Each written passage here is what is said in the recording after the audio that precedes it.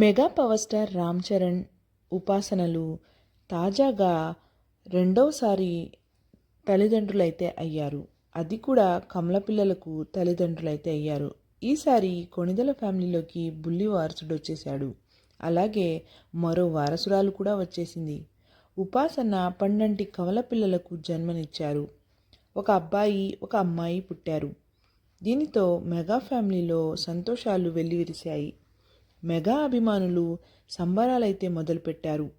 ఉపాసన delivery date జనవరి 31న అని ముందుగానే వార్తలు వైరల్ అయ్యాయి. దీనితో మెగా అభిమానులు వారసుడు రాబోతున్నాడంటూ సోషల్ మీడియాలో ట్రెండింగ్ అయితే మొదలుపెట్టారు. ఈ శుభవార్తని మెగాస్టార్ చిరంజీవి సోషల్ మీడియాలో ప్రకటించారు.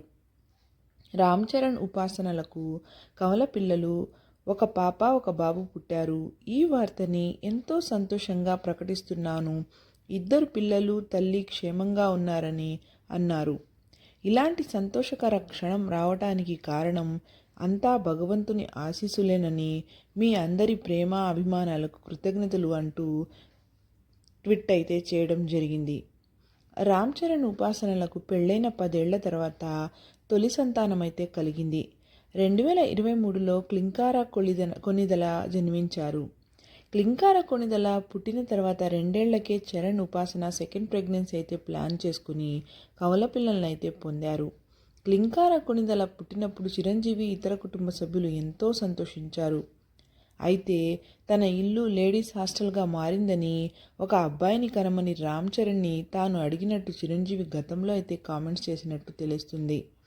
ఆ వ్యాఖ్యలు వైరల్ అయితే అయ్యాయి. అబ్బాయితో పాటు అమ్మాయి కూడా జన్మించడంతో చిరంజీవి అయితే డబల్ హ్యాపీగా ఫీల్ అయ్యి తన సంతోషాన్ని ప్రేక్షకులకు సోషల్ మీడియా ద్వారా ప్రకటించడం జరిగింది.